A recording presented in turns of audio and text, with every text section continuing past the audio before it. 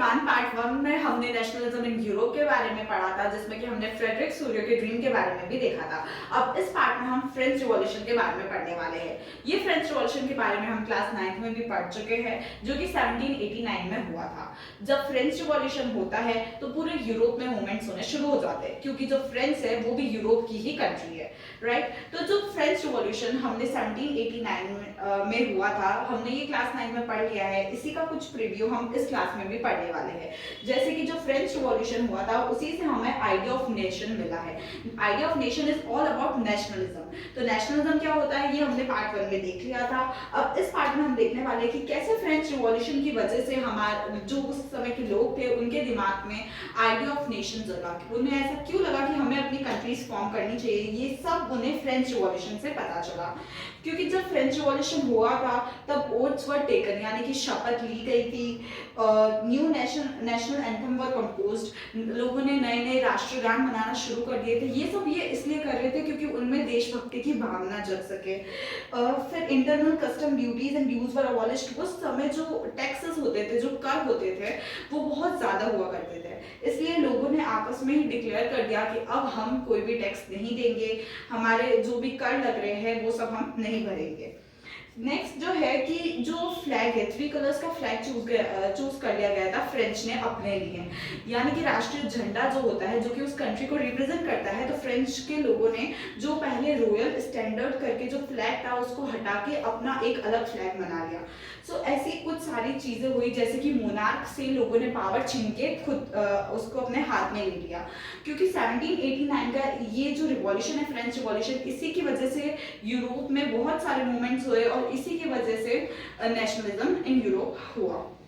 ठीक है, तो ये फ्रेंच रिवॉल्यूशन जो है वो डायरेक्टली कनेक्टेड है उससे। और अब हम इसके बारे में और डीप में पढ़ने वाले हैं, जिसमें कि हम देखेंगे नेपोलियन का रोल। जो नेपोलियन बोनापार्ट है, हमने क्लास 9 में उसका दी एंड कर दिया था, बट दी एंड नहीं हुआ। उसके बाद भी कुछ हम इस चैप्टर में पढ़ने वाले कि कैसे नेपोलियन ने लोगों का दिल जीता और वो आखिरकार कैसे हार गया। तो सबसे पहले जो नेपोलियन था, उसने बहुत सारी चीजें करी एडमिनिस्ट्रेटिव फील्ड में। उसने खुद ने सिविल कोड ऑफ 1804 बनाया, जिसमें कि उसने जो है राइट टू प्रॉपर्टी दिया कि हर किसी को प्रॉपर्टी रखने का राइट है। ठीक है,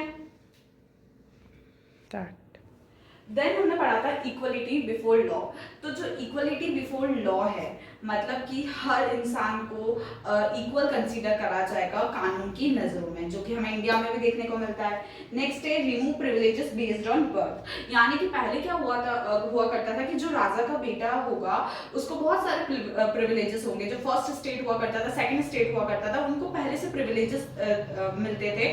वही जो मिडिल क्लास हुआ करती थी, उनको मतलब बहुत दिक्कतों का सामना करना पड़ता था। तो नेपोलियन ने सारे प्रिविलेजेस जो कि बर्थ से दिए जाते हैं उनको हटा दिया। उसने कहा कि भाई तुम जो काम कर सकते हो, उसके बेस पे तुम जो प्रिविलेजेस पा सकते हो, जो तुम सुविधाएं पा सकते हो, वही तुम्हारे अधिकार में है।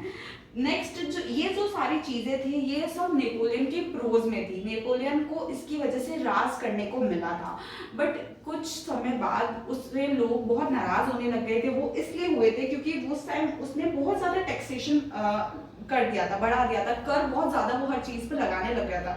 क्योंकि नेपोलियन का मकसद क्या था कि वो पूरी दुनिया को जीतना चाहता था, और इसके लिए उससे बहुत ज्यादा युद्ध करने पड़ रहे थे। और जैसे जैसे युद्ध करने पड़ रहे थे, उसकी आर्मी बढ़ती जा रही थी, इसलिए वो टैक्सेस के थ्रू उस आर्मी को पे कर रहा था।